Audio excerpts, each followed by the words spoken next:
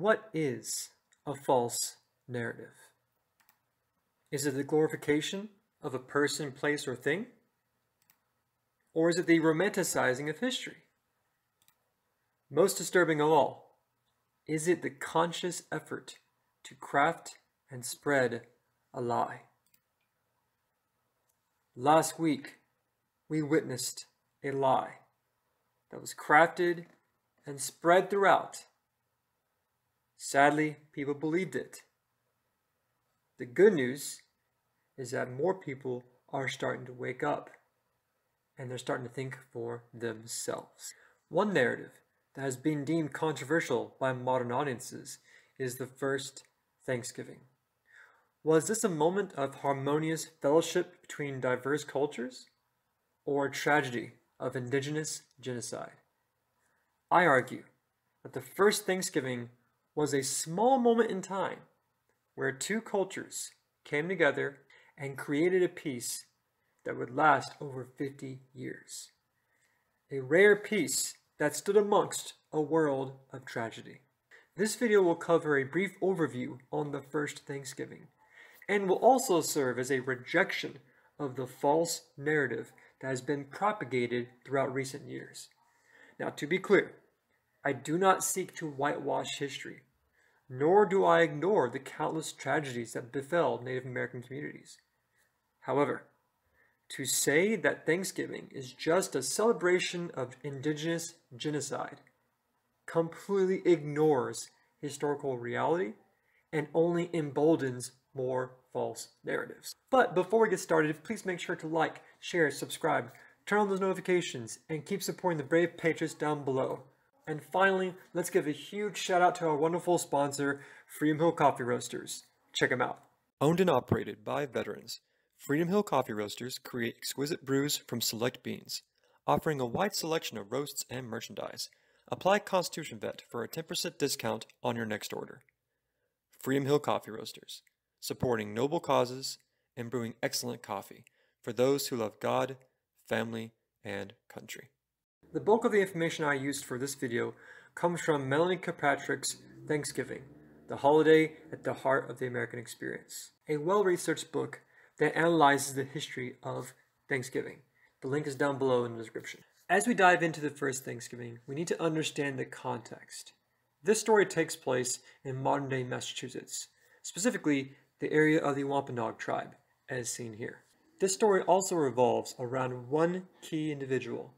His name was Squanto. From 1605 to 1619, a Patuxet Indian named Squanto lived as a slave at the hands of the English and the Spanish. During this time, he learned the English language. In the same year of 1619, Squanto returned to his homeland, modern-day Plymouth, Massachusetts, only to find it ravaged by disease. Soon thereafter, Squanto was adopted into the Wampanoag tribe. Massasoit, the tribal chief, valued Squanto's experience with Europeans. In 1620, the Pilgrims landed at Plymouth.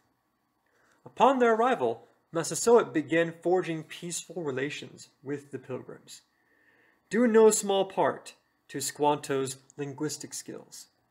Near the end of summer in 1621, the multi-day harvest festival was celebrated between the surviving Pilgrims and the Wampanoag. This is referred to as the first Thanksgiving. Now, to be fair, back then they didn't call it the first Thanksgiving.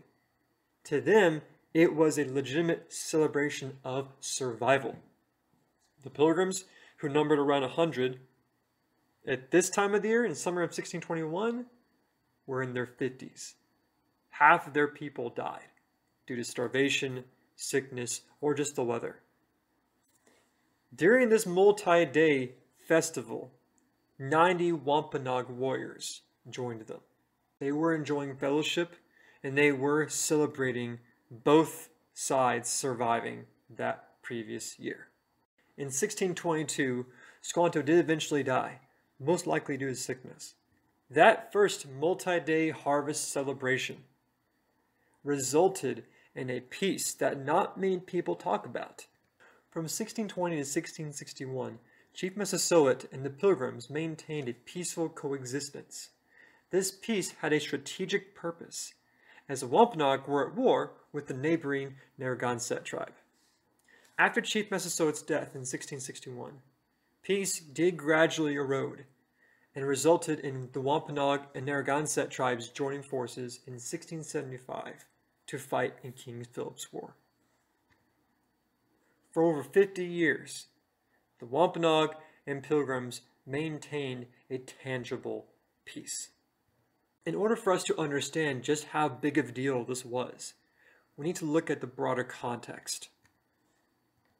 Throughout the 1600s, tragedy and bloodshed defined the Native American experience within the New England region, such as the Pequot War of 1637 in present-day Connecticut. However, the half-century of peace that existed between the Wampanoag and the Plymouth Pilgrims should not be ignored or glazed over. Let's take a step back for a moment and put 50 years into perspective. The American Revolution lasted 6 years. The War of 1812 lasted just under 3 years. The Civil War lasted 4 years. World War I, 4 years. World War II, 6 years. The Cold War lasted 45 years. Stop and think about that for a second. The first Thanksgiving, which was a legitimate peaceful celebration of survival, created a tangible peace between the Wampanoag and the Plymouth Pilgrims. This peace lasted longer than the Cold War.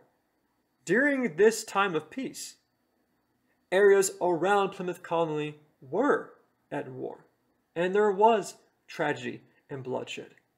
But sadly, so many people today don't even know about this, or they just glaze over it very quickly without giving it its rightful respect.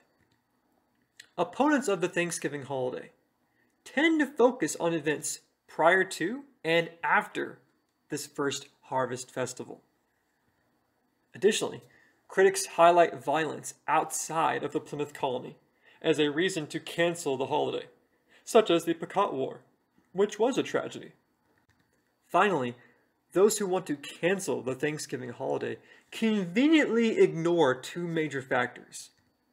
First, the Wampanoag and Plymouth Pilgrim peace lasted over 50 years. Second, warfare among New England tribes existed long before and during European colonization. You cannot make the argument that these native people were all peaceful and kumbaya before the evil white man came. That's a historical fallacy. It's not true. Furthermore, once the evil white man did land here, the Native Americans did not suddenly unite together. They still fought each other. So when you see examples of this narrative being spread throughout, I encourage you to do your own research. Do your own digging. And after a couple hours, you will soon realize that this narrative is false. It's simply not true. Was there violence in this time period? Yes. But the first Thanksgiving was not created because of genocide. Now, what are the final takeaways? History is gray. It's not black and white, simple or easy.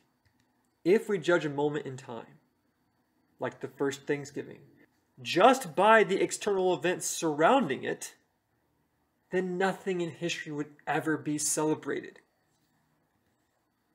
While we shouldn't romanticize history, we also shouldn't ignore history. Understanding history and canceling history are two very different actions. The first leads to societal prosperity.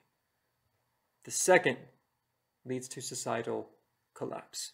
In closing, if you don't want to celebrate Thanksgiving, that's fine. That's your call.